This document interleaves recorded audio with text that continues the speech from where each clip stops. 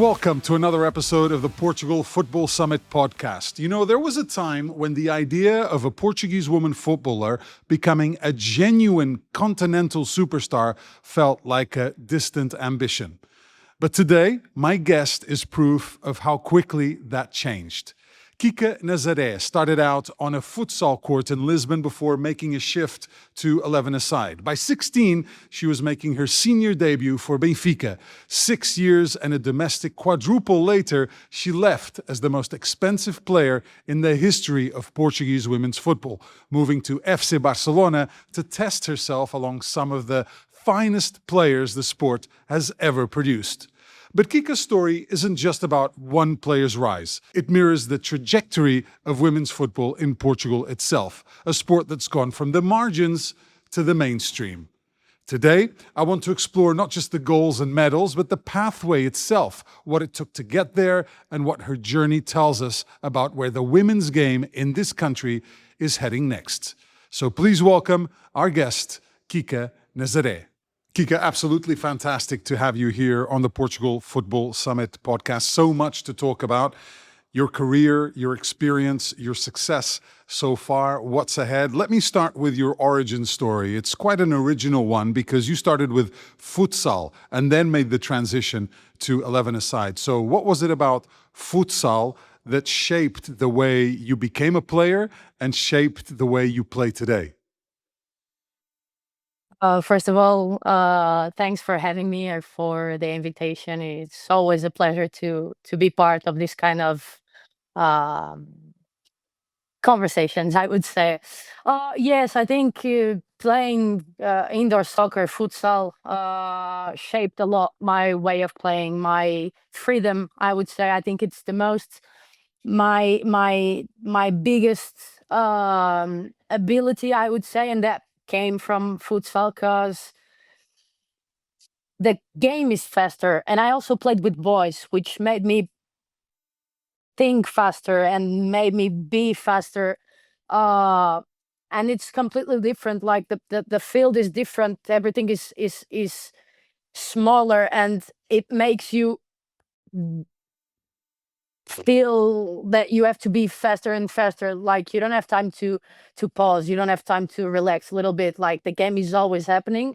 And of course, nowadays, and playing as a being a Barca player is completely different because we have that kind of game. We stop, we relax, we see, we go, we play with time. But futsal made me being like I don't know, having this kind of freedom. I would say I wouldn't think while I was playing when I was younger. I would just be free and be happy without rules because futsal is more everyone is everywhere. There's no center back, there's no midfielder, left winger, whatever you want to say. Like ev- there's a lot of things happening at the same time, and I think that shaped me a lot. And actually, I'm very grateful because playing futsal and playing with boys helped me a lot. Um, and I'm where I am also because of that.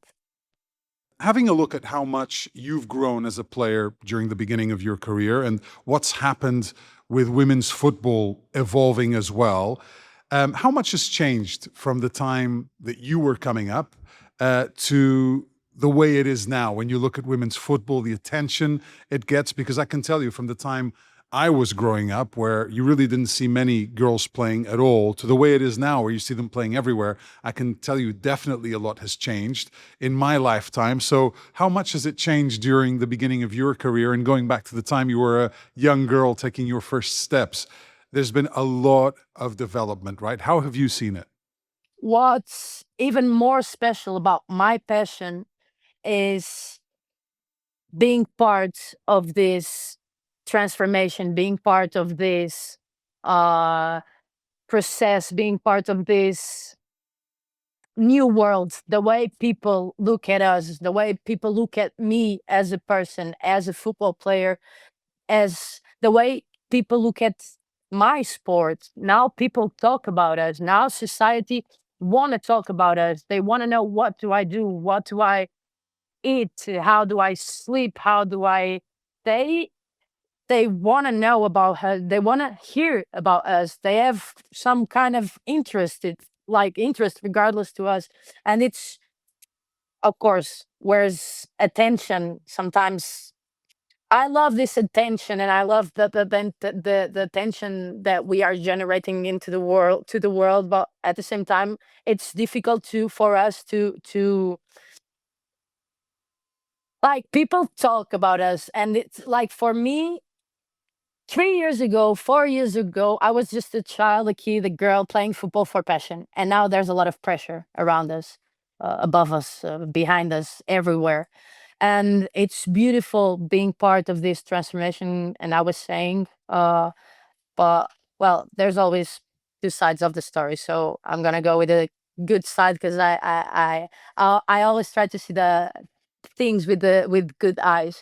uh like, I think this is happening, this is growing up in a very natural way, I would say. If there's attention from people, the clubs, the teams, other people invest, and I think that's what's happening. That is what's happening. Like, 4 years ago, no one would go to the stadium. Like, I remember I've played against Sporting with 100 people watching us. Nowadays, I already played in Stade de Luz with the 35,000 people. I played a Champions League Hmm. final with 80,000 people. And it's unbelievable how things are changing and how fast things are changing. And I think we have to be grateful, and like, the federation, of course, the national team, the clubs are putting a lot of money and putting, for me, a lot of effort. It's not everything about money. Like, of course, because it's also good for them. Oh, we have a women's football team, and that makes them being, I don't know, we are also part of this world, but they are really honest and good people that care about this new generation and this new world, and the way, um, I don't know, it's one of the things that I'm most proud of is being part of this generation that is actually changing the world. Actually, I would never had a dream. Like, I would never dreamed about being a football player. Things just happened, and for me, that's the best thing. It was easy, somehow it was easy. Uh, Everything was so fast. Everything is happening so fast because the world is helping. Is helping me, is helping the girls. We are also helping the future generations, and I think that's the beauty of football. Because I always say this, like, football, for me, football is are the people, you know? It's not about me, it's not about Barcelona, it's about the way people look at football, at women's football, and the way people create connections between people, you know? You were talking about the playing with love and everything happening so fast. Everything happened really fast for you because at 16 you made your debut with Benfica. You said you never really dreamed of becoming a football player, but surely when you were going through the ranks and you were better than most of the other girls and you were playing at the same level as a lot of the boys, that had to cross your mind. Was that the moment then when you made it to Benfica and you played at the senior level so young that you thought, okay, I can do this as a career. This is what I'm really good at, and I want to pursue this path. I don't know if I can answer this question, not because I don't want to, but because I don't know where did I realize, when did I realize that this was actually happening. I'm aware of what's happening around me. I know myself a lot. I know what I'm capable of, but realize that I can become a professional football player, and this can actually be my life, and my passion can be my life at the same time. Like, I Mm. can mix this, and I Hmm. can just enjoy life without worrying about, am I gonna find a job? Am I gonna be happy? I don't know. I actually don't know where did I realize. And to be honest, of course, I've been here for 3 years. I signed my first contract when I was 16. I don't know. I don't know these kind of things.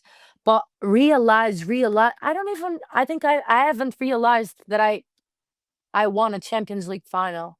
Like, I don't think about this kind of things because I don't, maybe I just don't create, I don't know. I don't create expectations because I don't wanna, I don't wanna get upset if I don't achieve these kind of things, you know?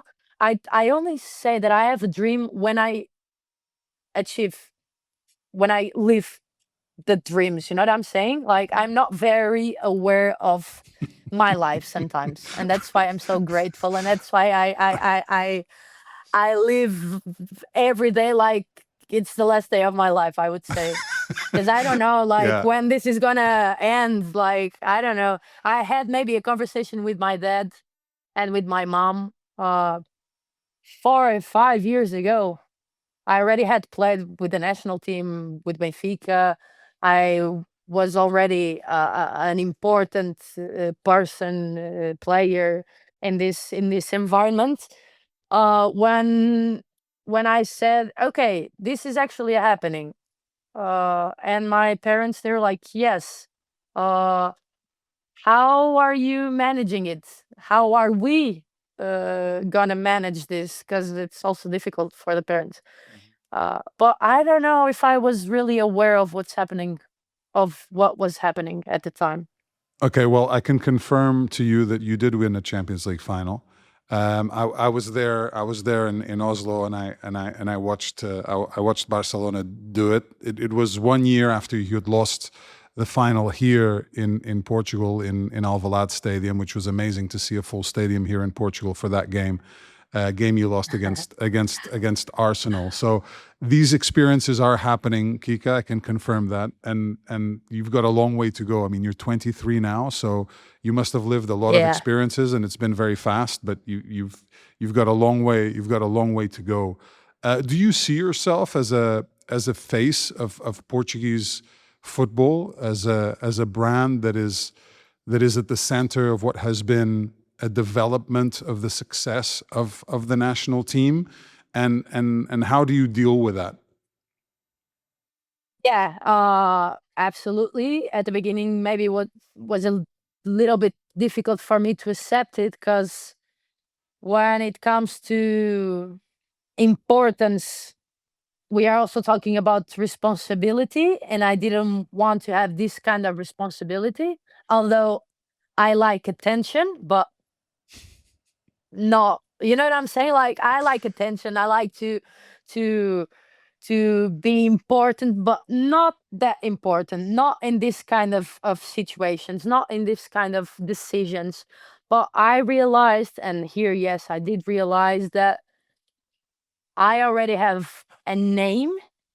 Like, people respect me, people respect our generation, but people, I think it's also, it's difficult, but it's also good to admit that I know who I am, and I know who, what am I capable of outside of the pitch. And I know that I can, we can, but I know that I've changed some mentalities only for saying something to a kid, for saying something to a girl's dad. I've had, I have a quick story. I was walking in the street nearby my house, and the man came and he said, "Thank you." And I was like, "Thank you."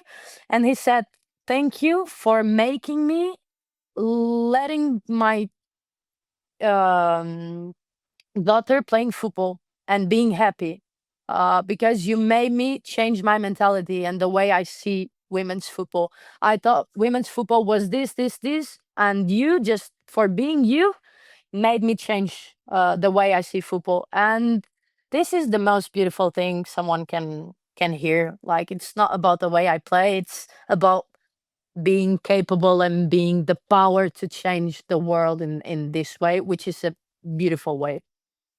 Yeah, I always think that athletes have this incredible potential to have an influence on people's lives. Sport really, I think, has the power to change the world, and a lot of the principles and values you see in sport are really an example for society. Not always, but many times.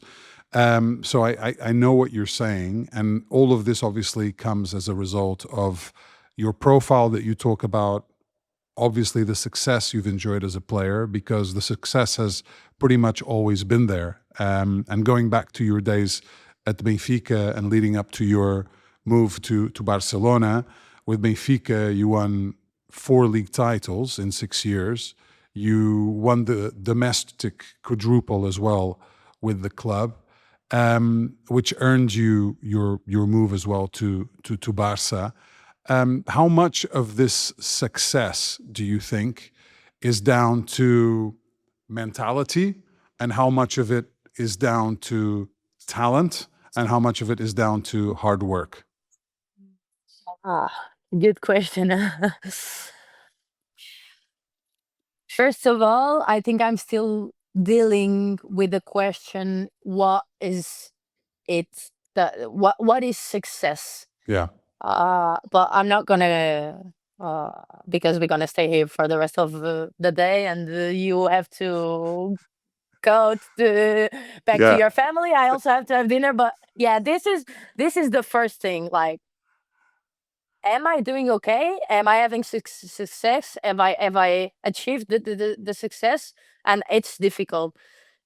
Well, of course, Maybe you're many sorry to players. interrupt you, but of course you're No, having no, no, success, no. because trophies is success, representing the national team is success, scoring goals Yeah. for your club and country is a success. So I think for most people, the definition of success is there so far. But Hmm. what allowed this to happen?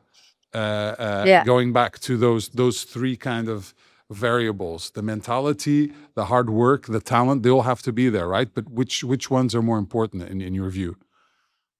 Yeah. Like, I maybe many players have a different opinion. I think I'm a privilege because I think I was born, and I'm very insecure sometimes, but I know what I'm capable of, and I know that I was born with a talent, with something. Mm-hmm. Mm-hmm. And when you're younger, that's enough, because no one is physical stronger than you. No one uh, cares about what you're doing. You're just happy. You play on the backyard. You play with no rules. You play, so the talent is enough. And for me, the talent was enough until maybe I was, I don't know, maybe I'm wrong, huh? Uh, 13, 14, 15 years old. Okay. But then I realized there's a world beyond me, and there are rules, and there are more 10 players or 21 players. Uh, and there's a coach, and talent is not enough. Uh, and then I met the hard work. Then I met the gym. Then I met discipline. Then I I learned how to. I learned the basic of being a professional athlete. Sleep well, drink well, eat well, rest, priorities, and then we are talking about also mentality, because it's difficult. It's not all about the talent. It's not all about the hard work. I don't agree when personal trainers say that if you're not hard work, it's gym is more important than what you do on field. Mm. No.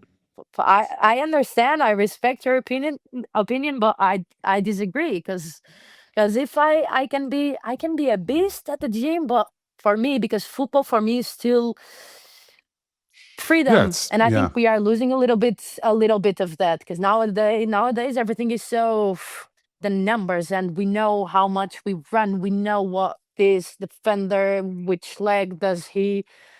Yeah. You're I right. hate that. And for me, it's a balance between these three things: talents, hard work, and mentality. But for me, now that I'm at the top level, I know that I have the talent. I know that I'm working to be the best to play every game. Being mentally healthy is the most important thing. Is the most important thing. And this kind of maybe sounds a little bit cliche because it's what we read on the books. And maybe when I was younger, I didn't care much about this, and I wouldn't care. I wouldn't give this that much importance. But now that I've been through stuff, now that I've been through difficult situations and tough situations, I realized that for me to be at my best level, I need to be fine. I need to be mentally healthy. I need to be happy. You're talking about developing and learning and evolving. Um, how much did you have to adapt and evolve when you got to Barcelona after your years at Benfica? What impressed you the most, and what was the biggest challenge when you got there? I already knew that they were the best players. The biggest challenge, yeah, like adapt. It was difficult because I was used to be. I was used to have this importance. I was used to be to lead a team in this kind. And don't get me wrong, like not in a bad way. Yeah, you were a big But fish in I a small was. pond, and all of a sudden you go to a big pond. Yeah, yeah, and I needed that. That's why I also came, because I needed uh, to have this kind of a different stimulation, a different kind of training session trainings, and different kind of environments. Like I want to go. I'm not saying Benfica is not, but we have to be honest. And Barcelona is the best player in the world. I'm not gonna say no to Barcelona.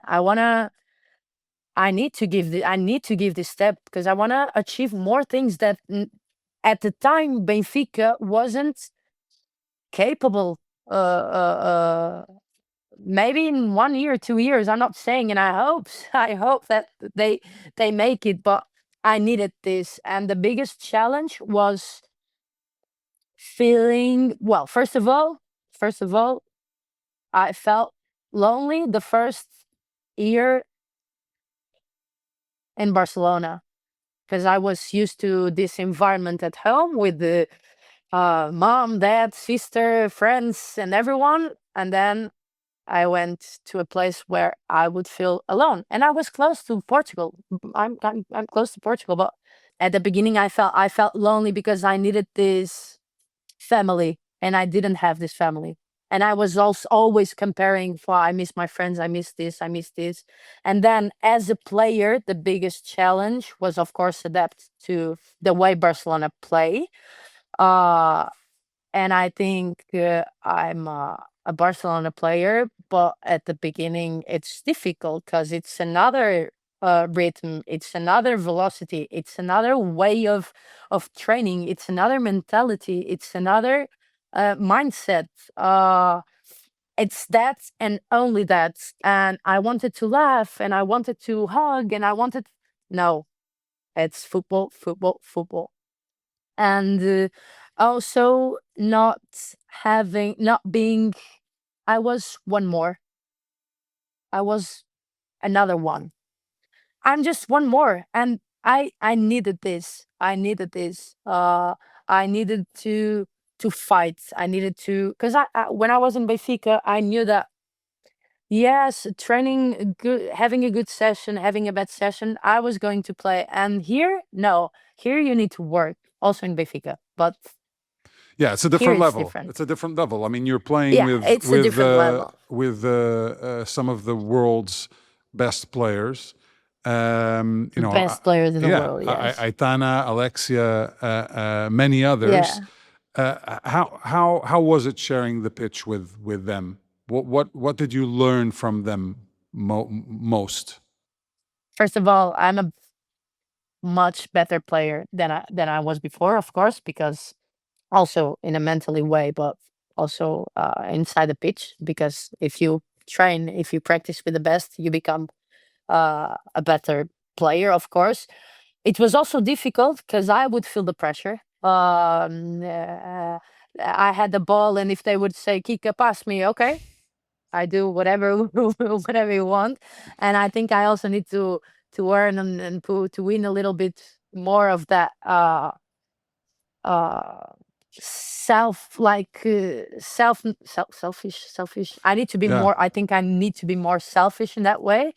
But then you realize and you think, yeah, it's Alexia. She's asking for the ball. You do whatever you want. You're the best player in the world. Like, I trust you, so I'm gonna pass you the ball. But this wasn't good, and it's not their fault. It's my fault.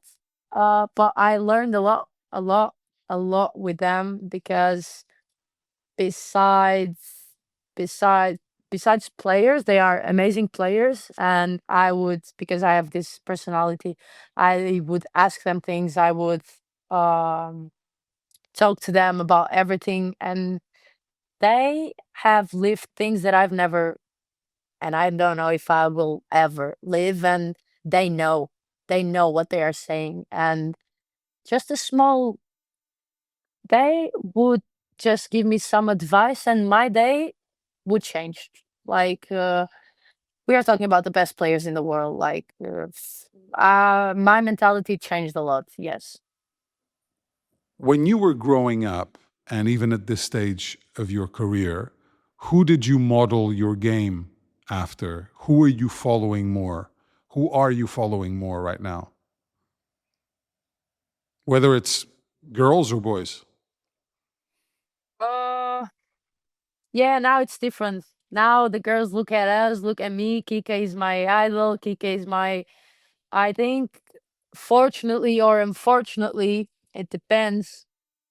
I didn't grow up uh with like looking at someone, following someone's steps.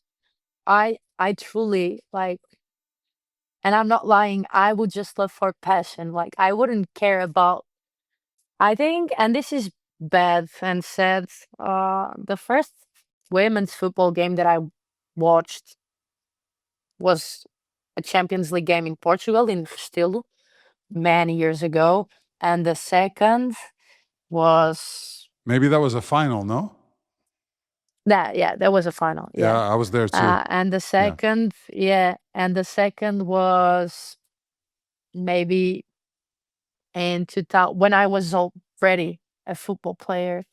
And it's not, this sounds sad and bad, and but it's not because I didn't like football. I didn't respect the girls. I just wanted to play football without following anyone's steps. It's my steps. Like, uh, these are my steps, not like, I would watch, of course, Benfica players, the men's team. Aymar was my biggest love, and Messi also, but Aymar because he was from Benfica, and it was the number 10, the magician, and he would do crazy stuff. But even when I got to know more players, men's and girls, I think I would never said I want to be like Alexia. Maybe now I want to because, but when I was younger, I would just, I wouldn't think about that. I don't know if this is good, if this is bad. I would just be me and letting my body do whatever he wanted to, without following and without wanting to be anyone else. Because maybe if I couldn't one day be that person, I think that's worst, because I think I would feel upset and sad. You know what I'm saying? Mm. I Yeah. don't know. I understand. You don't want to put the expectations way too high. I understand. Yeah. Um, My parents, I have to say my family, like, it's the easiest answer. Like, they were my role models.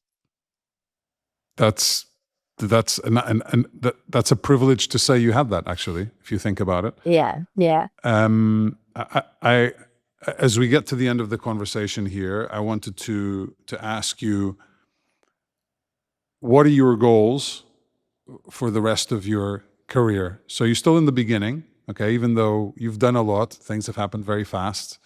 You're 23, you've got a long way to go. So when you look at the future, what would you like to achieve, whether that's at a personal level or at a team level with clubs or the national team with Portugal?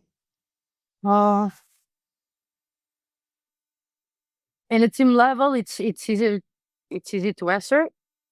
Uh, I would love to well, step by step, of course, but winning a World Cup, winning an European, like that's easy, no? Like if you want to be the best doing like at your job, so and winning a World Cup, I can even imagine that feeling. Uh, I would party for the rest of my life, but of course, with the national team, that with Barca, I've won everything, so I want to keep winning. That's my goal. I wanna keep winning. I wanna win. Winning is also difficult because the more you win, the more uh, uh, The toughest, responsibility yeah, you the have, toughest and and it and is, yeah. and the hardest are the time when you lose. The harder. Uh, as a player, yeah, I don't love to answer this, but as I was saying, I'm afraid of not having success, and I know that I I am where I am, and this is success. But I've heard since I remember, and since ever I heard a lot. You're gonna win a Ballon d'Or. You're gonna win a Ballon d'Or. You're gonna win a Ballon d'Or. And of course, I want to win a Ballon d'Or. Every player should uh and must, like, if I want to be the best playing cards or playing PlayStation, I want to be the best doing my job. And every girl must want to be, of course, with awareness. And that's the thing. That's where I want to get in. Do I just believe in this because I've heard for so many years, or is this really a possibility? And I don't like to talk about this because I don't want to believe in something that maybe I won't achieve. And for me, I'm working, huh? I have a psychologist. I'm working on this. And I'm being very open. Um for me, I'm young and I still have time, but if one day I don't win a Ballon d'Or, am I gonna be am I gonna feel that I didn't make it? And that's what I need to change, because no, if I don't winning a Ballon d'Or is it's difficult, because it's a Yeah, thing that it doesn't depend only on you. on me, you Yeah. know. Yeah. So yeah, of course, it's a goal. It's a goal. It's my biggest goal. But I'm not. I don't know if I'm working to be the best player in the world, or if I'm working to be the happiest person in the world. Because they sounds cliche, but I really think that the happier I am, the better I am. And if I achieve this level of happiness with talent, with hard work, and with mentality, if it has to be, it will be, and I will win a Ballon d'Or. You know, if I'm happy, because if I'm not, no. If I have the talent enough, I don't know. It's a goal, but it's not every day here. Like, Yeah. Now, I train to win the game. I practice to win the game. I practice to win the competition. That's, I don't know. It's difficult. It's very difficult to deal with this pressure. And it's not your pressure. It's not my mom's pressure. It's not media's pressure. It's my own pressure because I want to. And I somehow, deep inside, believe that maybe I can, but I don't know if this is real, you know? That's a good way to look at it. To kind of close our conversation, I wanted to ask you, what's the best piece of advice that you can give to a young player starting, his or her path in the world of football, that has the passion, that has the desire to make it? What's the best advice you can give him or her? After what I've just said, I think it's easy. Happiness for me, it's the first choice. It's always the first choice. To choose happiness. And uh if you're really, really good and you're not happy and you're not playing, and choose happiness. Like, sounds cliche. I think I'm gonna write a book, huh? Uh like, we only live once. And I truly believe in this sentence. Like, we have to do things. We have to to be courage. We have to have the courage to make difficult decisions. We have to uh I don't know, we have to be us, and we have to feel and do things that we feel. And I think we always have to choose happiness. And maybe we don't see that happiness at the first minute, but happiness always. And let your body also talk, and respect your body, and respect your mind, and respect your thoughts. I always say this, and just be you, and be you, and you shouldn't care about other people's opinion. This is very easy to talk. I'm the worst in this thing. But just be you, because at the end of the day, you'll be only with you. Of course, with your family, because for me it's the most important thing. But be you, and feel free to choose happiness. You know. I think I got it. I think I got it. Uh, Kika, thank you for spending some time with us, for sharing your passion, sharing your story, taking us into what it's like to be a top player, but also to have an ambition to be happy, and how you can achieve those two things at once. It really was great to get an opportunity to, pick the brains of one of the best players on the planet, and continued success with your life and career. Thank you. Thank you so much. That'll do it for another episode of the Portugal Football Summit Podcast. It was a privilege to speak with one of the best players on the planet.